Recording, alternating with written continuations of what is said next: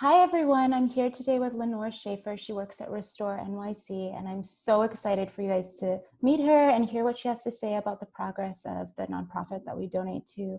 Lenore, would you mind telling us a little bit more about yourself and what you do? Yeah, sure. Hi, everyone. So excited to be here. So, like Hannah said, my name is Lenore Schaffer. I am a wife, mom, soon to be 2-year-old. I'm also a Restore's manager of professional education. Restore NYC is an anti trafficking agency here in New York City. And in my role at Restore, I oversee the management and execution of our professional education services. So, those are our job readiness classes, ESL classes. I moved to New York City and joined the Restore team last June. So I'll actually be celebrating my year anniversary soon. And I'm so excited about that. Yay! So I'm curious, what would you say are the three challenges that you have every day? When you wake up, what are the three things you're like, oh, I wish that I could just address this in a better way? Yeah, in terms of my role at Restore. Yes, yeah. Okay, yeah. So before I get to that question, it's helpful to give some context in terms of what our mission is at Restore, because that definitely kind of like speaks to my challenges Yes, too in my good job. point. Right. So at Restore, our mission is to end sex trafficking and restore the well-being and independence of foreign national survivors. Sex trafficking is a devastating problem, and it's a multifaceted problem too. So our solutions are also multifaceted. So we have three main programs at Restore. So our client service program focuses on counseling, case management, resource coordination. Our housing program focuses on helping survivors access emergency housing, transitional housing, independent living. And then the economic empowerment program, which is the program I'm in, focuses on job readiness classes, entrepreneurship training, and then placing the women in safe work. So these solutions like work together, empowering survivors to help to get freedom and independence. But that doesn't mean that it's a clear cut process or even an easy journey. There are challenges within those programs, and just like challenges in the field overall. So the three main challenges that I feel like I face, and I'm sure like I know a lot of people too who have shared this as well, is vicarious trauma. So this field, it's likely that people working in this industry get like compassion fatigue or burnout, and that's no one's fault really. It's really like a combination of things. Just as you're working with someone, whether you're hearing their stories or just feeling the responsibility to kind of like help them achieve these goals, because our mission is so important to all of us. So you really have to, it's easy to get overwhelmed, I guess you could say. But on the other hand, that's one reason why I'm so thankful for Restore, because we not only do we care for the women that we serve, like we really do care and support each other as staff as well. So whether that's prioritizing self-care days or spiritual retreat days, the leadership recognizes that this is hard work and it's a hard field, and staff need time. So so I'm just really thankful for that. So it's a challenge, but it's a challenge that I feel like at Restore I've been able to kind of like navigate and handle. Another challenge, this is more specific to my role as a manager of professional education, is rediscovering work can be extremely challenging for survivors. So the difference between Right. survivors of trafficking and you can interrupt me if at any point. The difference between survivors of trafficking versus survivors of any other crime, like whether it's domestic violence or sexual assault, is that their abuse and exploitation happened in the context of work or Right. a previous job. So I'm constantly like sensitive to that as I think about like the curriculum or the class discussions or activity ideas that I have. And it's something that I have to address openly in class quite often, and that can be challenging to even like acknowledge that you know in an ideal world, you would be excited about the possibility of starting a new job and going on an interview and all these things, but that's not the case for some of the women, and we can understand why. So it's not an easy weight to carry sometimes for me, knowing that on one hand this class has the potential to equip them and motivate them, but on the other hand it also could leave them feeling discouraged or triggered or Wow. powerless. So it's a responsibility that I kind of take seriously. And then the last challenge, before I let you ask any follow-up questions, I would say would be, sometimes it can be really a struggle to see like good in the world. Like when you think about like, hey, I'm working at this agency where, there are women who are being exploited and are being sold for sex. So it's overwhelming to think that there are systems and people who are like, exploiting people and doing this evil, crime. But so that's hard. But again, on the other hand, I'm still like hopeful because I know our Restore community, and whether that's like donors or volunteers or the churches or partners like you at Alterre Shoes who are rallying around us and always like seeking to help and engage. So it's like, yeah, there's a lot of evil in the world, but there are some really good people and businesses and organizations. So for example, we have like partners like Robin Hood Foundation, who donated to our COVID fund that I can talk about later. And, we're also one of the handful of a few organizations that receive Lyft vouchers. So Wow. women, right. So women can, they have options in terms of, maybe someone can't take public transit for whatever reason. So, I'm just really grateful that, despite like the evil in this world, there's still like people and businesses who are just so good. You're giving me goosebumps because there's so many aspects to that that I had never even thought about. Like just being a small business owner and having the stress of safety on this level, and then the idea of I just can't even imagine the idea of work being triggering. That I've Absolutely. just never thought about that. I can't Yeah. even imagine how hard your job must be now, especially because it's like your personal stress as your own safety, and then the safety of these people like doubled, you Right. know? Yeah, and it's a good point because we have different, like in the job readiness classes, we have different topics. So whether it's creating a resume, interviewing skills, and then we also talk about like trauma and things like that. But I was like doing a quick research, and there's like so many interview tips or videos that you could like search online. And a common theme or a common saying, I don't know if you've ever heard it, is like, well, an interview is just about selling yourself. You just want to like Oh my go in gosh. there and sell yourself. And I was hearing that and I was like, that's something that I could never, say to a survivor, because yeah, you want to impress the employer and you want to put your best foot forward, but just like simple phrases that we wouldn't think are triggering or like problematic, those are things that like we have to kind of like really consider when we talk about preparing the women for work. I'm learning so much right now. I'm really thankful that we were able to meet because this is just really strengthening how much I appreciate the work that you're all doing. And I am curious, how are you as a team able to support each other? Because I just can't imagine. You mentioned compassion fatigue, and I can't even, I feel like a tinge of that just because I like to volunteer a lot. Mm-hmm. Uh, but if it's your job, how is that translating into your life right now and as a company?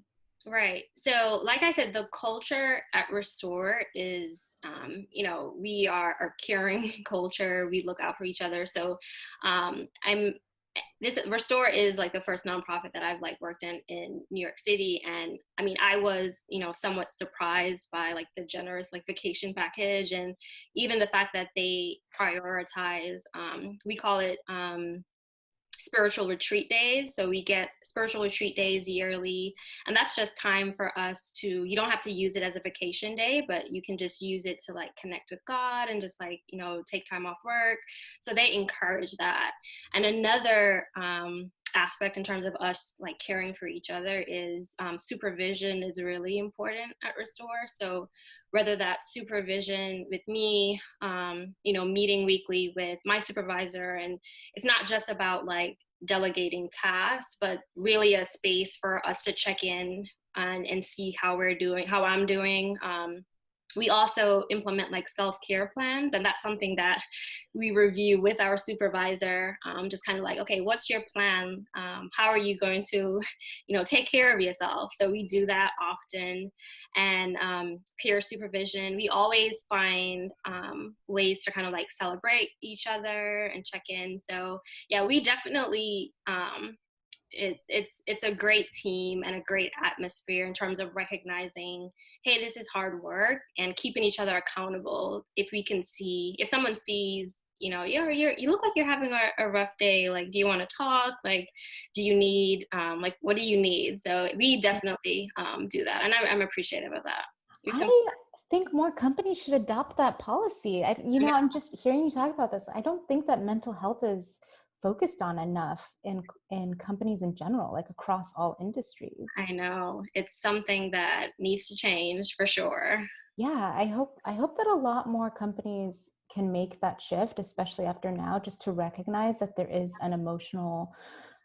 a sense of emotional duress just going outside sometimes, right? I have a couple friends, this is slightly off topic, but I have some friends that have been afraid to go outside because of the increase in crimes against minorities. And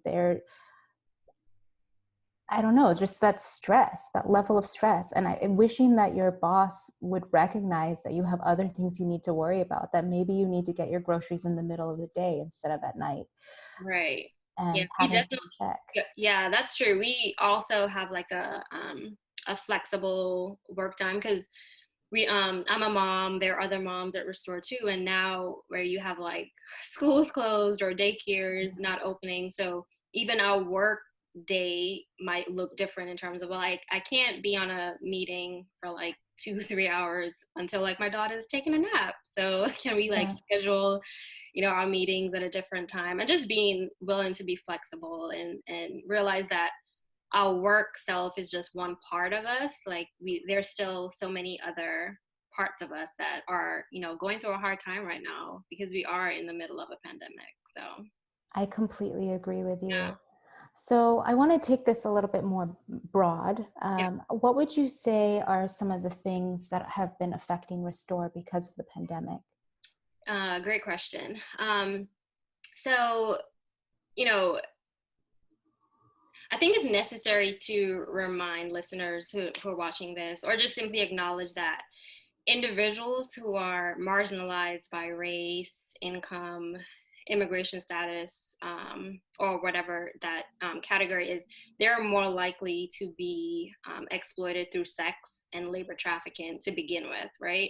So this means that those same communities are going to be even more vulnerable to violence and exploitation as a result of this massive worldwide economic and social disruption that we are facing right now because of COVID-19. So vulnerabilities and the risk of exploitation for survivors are increasing. And, you know, traffickers aren't necessarily looking for people to exploit. They are skilled at manipulating and looking for those who are most vulnerable, right? So at Restore, because we serve immigrant women, you know, that's already, you know, a group that's already, you know, more vulnerable. And they have also, many have lost their jobs since the stay-at-home order was implemented in March. I think about 80% of the women have lost their jobs. Wow. Yeah, so it's significant, right? That's That's where it's huge. And not only that, you know, they have new health challenges in addition to any previous health challenges that they might have had, or lack of health care. And what's really disheartening is that they cannot, most of them are not eligible to access any other form of relief. So, you know, once the stay-at-home order was implemented, Restore staff immediately contacted like all the women we serve.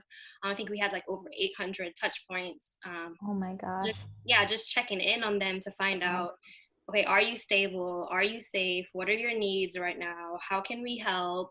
Like just like communicating, like checking in. So that's why we created the COVID Relief Fund, because their main need and concern was like, hey, we lost our job. Like I have children, bills need to be paid, we need food. So we created that fund where 100% of the money donated goes directly to the women. Oh, that's Um, amazing. yeah, I know. I love that. And people have been so generous in just giving. So we're just so appreciative of the community, like I said earlier. So that's one major way that we've been affected, in terms of the women directly have like lost income. And then another way, is in relation to how we provide services. So prior to COVID, all of our services were done in person, whether it was counseling, case management, or even the classes that I oversee. But when COVID happened, we had to quickly adapt, to provide these services via phone or virtually. And like I said earlier, sometimes at modified hours or even weekends, because life has changed for everyone. So it's like, how can we be flexible and accommodating to these women as well? So it's something that's new for us in terms of providing, services via phone or virtually. So like right now I'm teaching virtual classes, and it's also new for the women because a lot of them also have limited technology fluency. So, not only are they learning, these skills and resume or interviewing, but we also kind of like have to kind of go through like Zoom, like how do you use Zoom? Here's how you chat on Zoom and things like that, because it's the first time that they're using it. So those are like the major changes. Like our safe home, is still fully operational. Residents are still there. Of course, they're following, social distancing guidelines to ensure that they stay safe and healthy. But the women losing jobs, and our services kind of like completely going online is really new. I'm curious, has there been any difficulty in terms of getting the right, in terms of getting technology to a lot of these women, because Mm, even with, I have a lot of friends that are artists, but they don't have the kinds of smartphones or things that you might need to do Zoom on your phone, or they don't have computers, So I'm just right. curious if you've been having difficulty with staying in touch through that. Yeah, that's a good question. You're absolutely right. A lot of the women, like they, would have phones, but some might not have phones with the Zoom capabilities, or definitely not computers. So what we actually, did is kind of just like made it known to our community that we are open to receiving like in-kind donations. So we've actually had, people like donate computers It's and women. amazing. I know, yeah, and we're still open to, more donations, because women, like the classes are 8 weeks, and like once a class is done, I might have like a 2 week break or so before, I start another class. So as long as there's a woman who is not working, is in need of work, and is ready, emotionally ready to take that class, we will enroll her into the class. So yeah, so people have definitely been a godsend in terms of just like donating, computers to those in need. So in terms, just for our followers, is there a place they can go if they want to donate as an individual? Yeah, so, so definitely visit our website, and I can give this at the end, or I can Yeah. say it now. So it's Repeat it twice just so it's Yeah, it's www.restorenyc.org.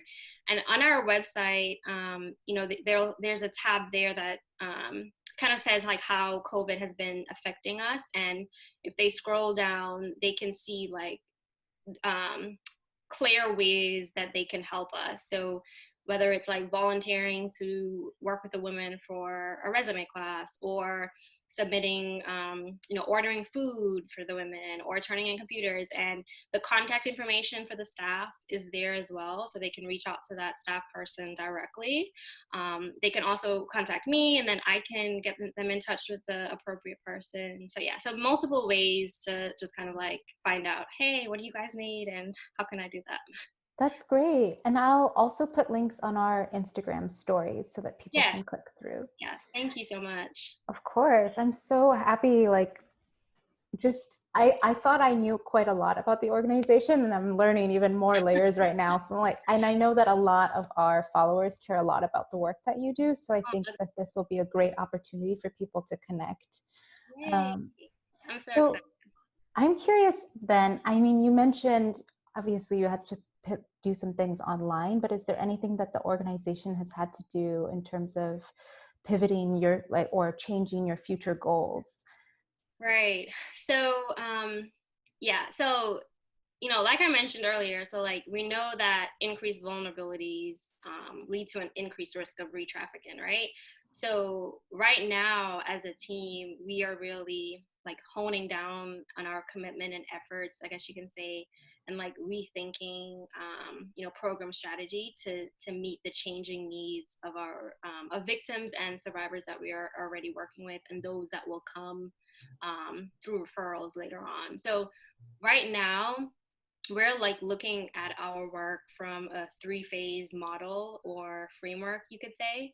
And the first phase is the phase we just kind of like we're at the cusp of finishing it, I think. It's our relief phase that began in March, immediately after the social stay-at-home orders or whatever the correct terminology is started. So our focus in that relief phase was really to mitigate the impact of the pandemic by ensuring that survivors were safe and stable despite the economic and health challenges. So that's when we, did those multiple touch points, over 800 touch points to like call each woman, find out what they need, assess their needs, and we created our COVID relief fund where 100% is going to the women. So our relief phase was really focused on, okay, what are the needs? How can we meet these needs? And let's get our fund going. And then the second phase that we're looking to start right now, like we're looking ahead to, is the recovery phase. So we don't know for sure like how long this phase would last. There's a lot up in the air, but we're suspecting maybe like the next 8 months or so, where we're going to focus on targeted reemployment to ensure that women can continue living independently in their communities. Because as women lose jobs, it's possible that many may be at risk for losing housing. So that's something that you also kind of like have to start thinking about. And we're also going to focus on their well-being. So that means physical health, mental health, and support them in ways so that we can ensure that they can return to their normal levels of well-being.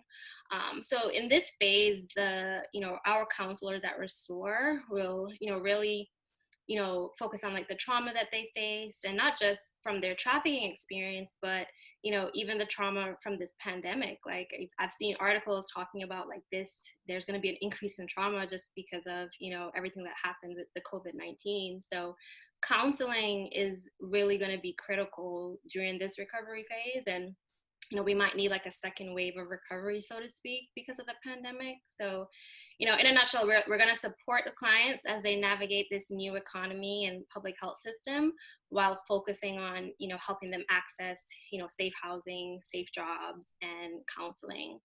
And then the last phase, which we suspect might begin like in early 2021, is going to be the rebuild phase. And we're going to do some careful planning and truly work as a team to determine what the stage will look like. So I can't really speak to it much yet now, but we're considering revamping how we do our work at Restore.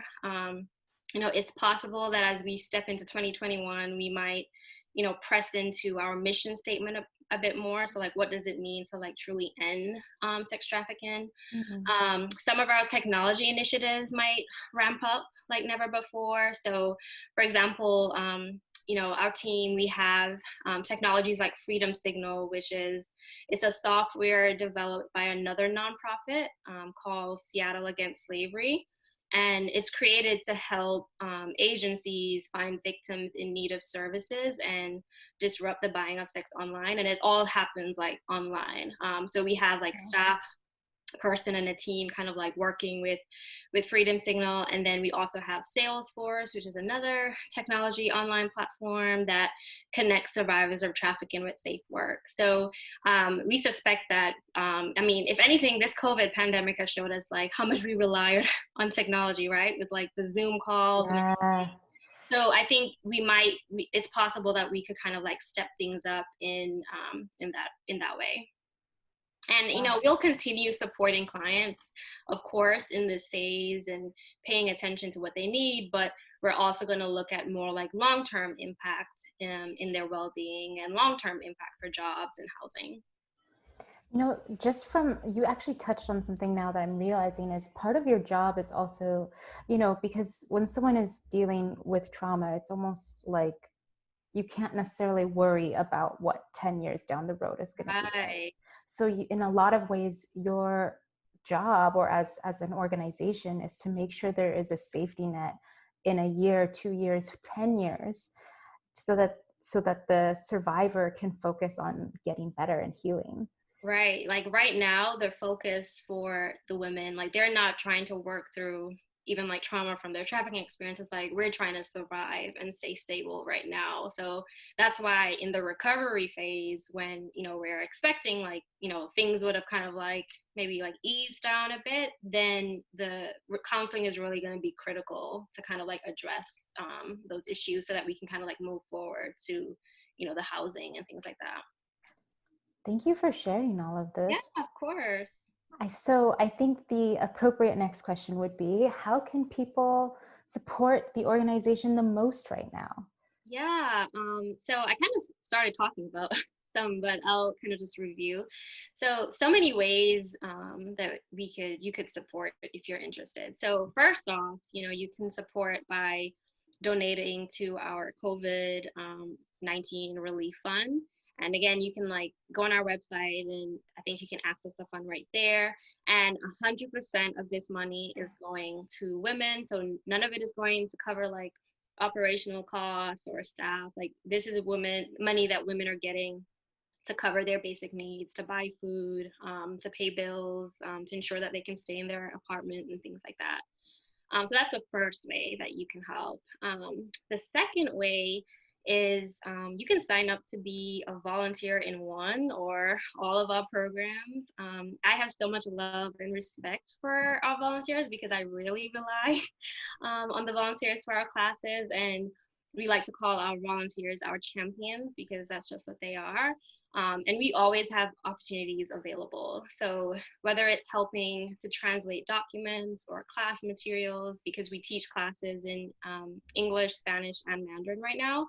But if we ever have a client who speaks another language, we won't have an actual class depending on numbers, but they would engage in like a one-on-one coaching. So there might be times where we need another language that we don't have readily available. Mm. Or, you know, volunteers also assist me or the other facilitators in classes to help women create their resume, to practice, you know, giving and receiving feedback, which is huge in work, practice interviewing skills. So there's just so many different volunteer opportunities available depending on a person's interest or availability or expertise. The third way that someone can help or support us based on what we need right now is actually sending essential food or supplies to us. So we welcome all in-kind donations. So this includes cleaning supplies because, you know, everybody is like upping the cleaning regimen right now, food, meals for the women in the safe home, laptops or iPads for the women in the economic empowerment classes, so that they can complete those classes remotely, and not have to worry about, you know, trying to navigate their cell phone to kind of, you know, go through this material. We're also in need of you know, additional business partners with open positions for hire, either now or in the future. And in addition to business partners, you know, we also need bilingual or English speaking job search mentors who can work with the women directly we're going to have some upcoming express workshops where these are for women who, you know, they already completed the class, but because they lost their jobs and now they just kind of need maybe like a refresher course before they go Mm, back to the job market again. So we're going to have these like express workshops where they kind of like review some of the material that they learned, and we are going to need some volunteers to kind of like help out in that way. And then last but certainly not least, they can shop at Alterre shoes because yay. because you guys donate 5% of your profits back to Restore, and we're so thankful for you guys and just other mission-minded businesses who support us and who partner with us, because we could not do the work that we do without y'all. So there's I think a way for everyone to support, whether you want to shop or you want to give directly or volunteer your time. That's exactly what I was going to touch on too. Is like, wow. Well, there's a part of me that is like, oh my gosh, there's so many things that are needed. Mhm. I love that it's also across the board. Like anybody can donate anything. It could be time, it could be Absolutely. some canned goods. Like there's just so much opportunity for people to help. Right. Yeah. Yeah. We Well, love that.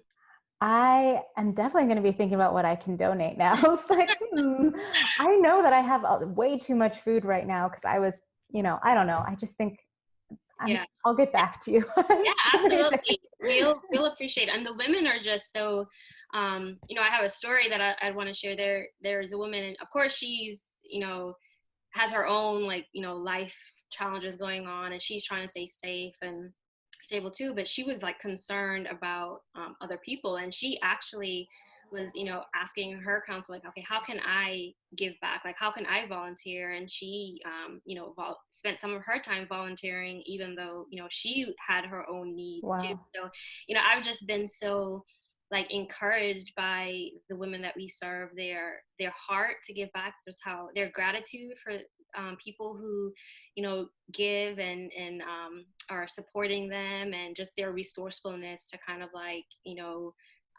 find ways to make sure that they're staying well and healthy too. So it's very encouraging. So speaking of gratitude, Yeah. what are 3 things that you're grateful for today? Yeah, today I am definitely grateful for health, and my family's health. My daughter has severe egg allergy, so I just like, my fear was like, oh my gosh, like I hope I don't have to go to the ER for any Oh trips my anytime goodness. soon. And thankfully we haven't had any issues, so I'm thankful for that.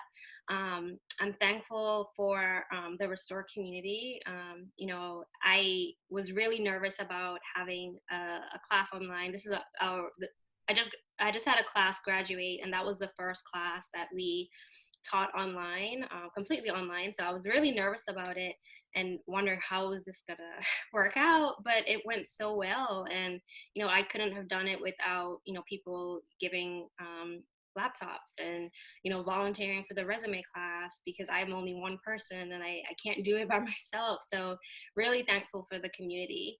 And today is, I think, 85 degrees, so I'm thankful for What? warmer. I need to go I know, outside for a walk. I'm like, what?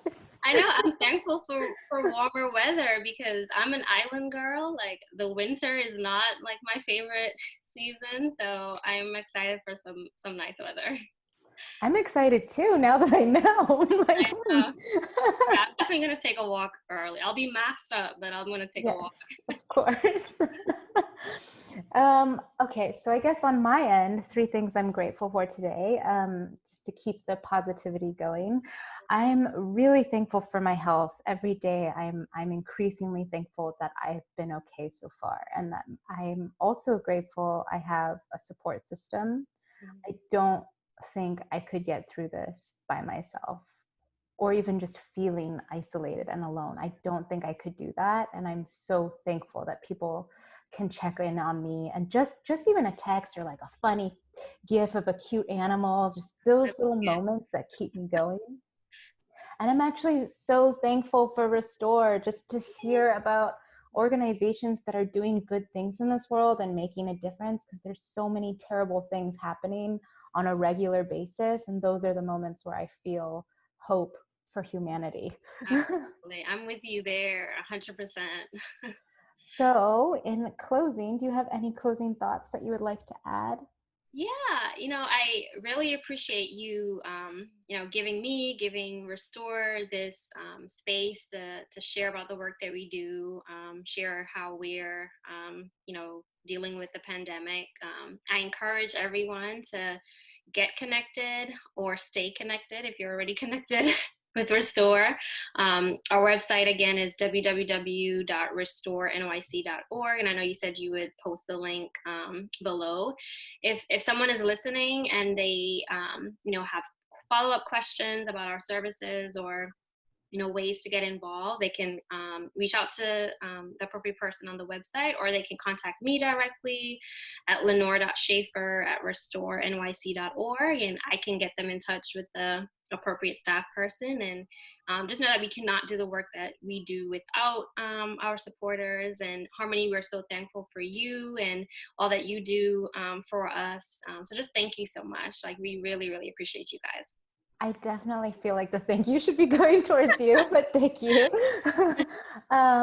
Yeah, I guess that's everything. Oh, would you mind also giving a shout out to the Instagram handle that you have Oh, for the the organization? organization, yeah. I think it's at Restore NYC. Let me double Okay, check real quick. okay. And I can also put it up on our stories with a link through to your. Yes, yes, Okay, it's at Restore NYC. okay, awesome. Well, thank you for taking time to meet with us, and thank you to all the followers for tuning in and learning a little bit more. Hopefully you left today feeling inspired and ready to be part of the community and part of the solution. Yeah, thank you. Thank you. Bye.